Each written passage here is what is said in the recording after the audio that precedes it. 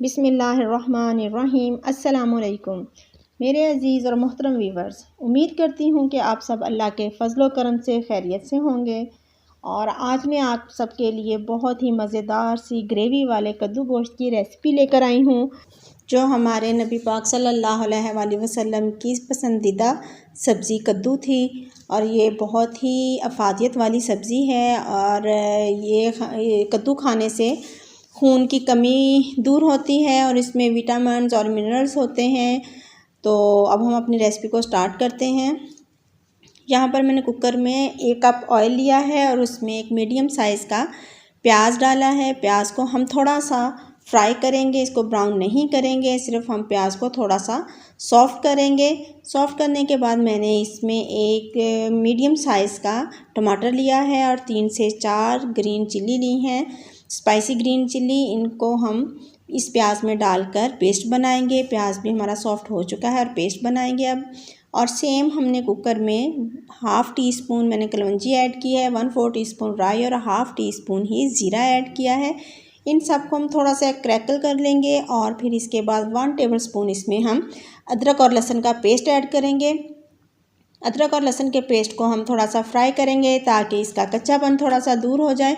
और फिर हम इसमें हाफ़ kg बीफ ऐड करेंगे और बीफ को भी हम लहसुन और अदरक के पेस्ट के साथ अच्छे से फ्राई करेंगे ताकि गोश्त की जो स्मेल होती है वो भी थोड़ी सी ख़त्म हो जाए।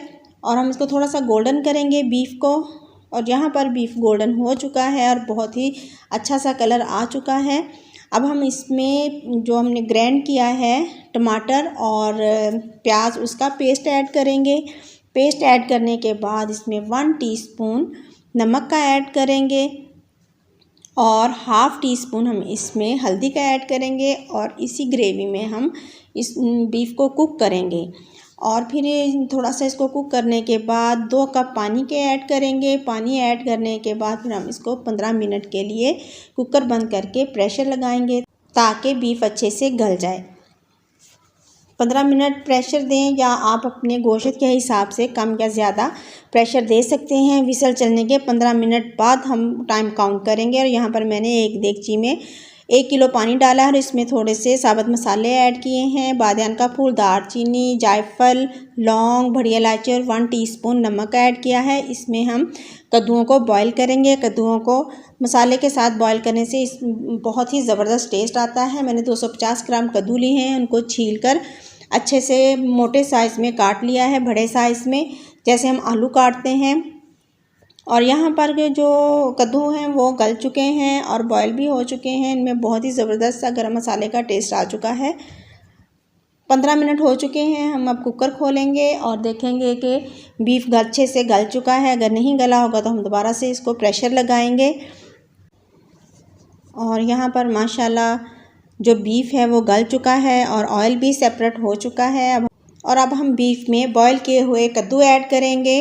पानी हम इसका वेस्ट नहीं करेंगे, यही पानी हम कद्दू समेत ही कुकर में डाल लेंगे। और अगर आपको एक्स्ट्रा इसकी ग्रेवी चाहिए तो आप पानी और ऐड कर सकते हैं, लेकिन मुझे इतनी ही ग्रेवी चाहिए और मैं इसमें ज़्यादा पानी ऐड नहीं करूँगी। देखें माशाल्लाह कद्दू का कितना फ़्रेश कलर है। अगर हम इसको बीफ के साथ भूनते तो इसका कलर थोड़ा डल हो जाना था, लेकिन जब हम बॉईल करके इस तरीके से डालते हैं तो ये बिल्कुल फ़्रेश कलर में रहते हैं।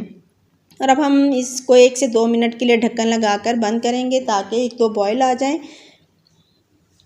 अब 1 से 2 बॉयल आ चुके हैं कद्दू और गोश्त को। अब हम इसमें लास्ट में 1 टीस्पून गरम मसाले का ऐड करेंगे और सब्ज़ धनिया ऐड करेंगे और इन सबको अच्छे से मिक्स करेंगे। और फिर हम इसको डिश आउट करेंगे। कद्दू हमें ज़रूर खाना चाहिए क्योंकि इसमें बहुत सारे मिनरल्स और विटामिन्स होते हैं जो हमारी बॉडी के लिए बहुत ही मुफीद होते हैं। अब हम कद्दूओं को डिश आउट करेंगे। देखें माशाल्लाह कितने प्यारे लग रहे हैं कद्दू गोश्त। ये फ़ाइनल लुक है कद्दू गोश्त की। अगर आपको रेसिपी अच्छी लगे तो आप अपना फ़ीडबैक दें, अपनी ओपिनियन दें कमेंट बॉक्स में और अपने फैमिली और फ्रेंड्स में ज़रूर शेयर करें।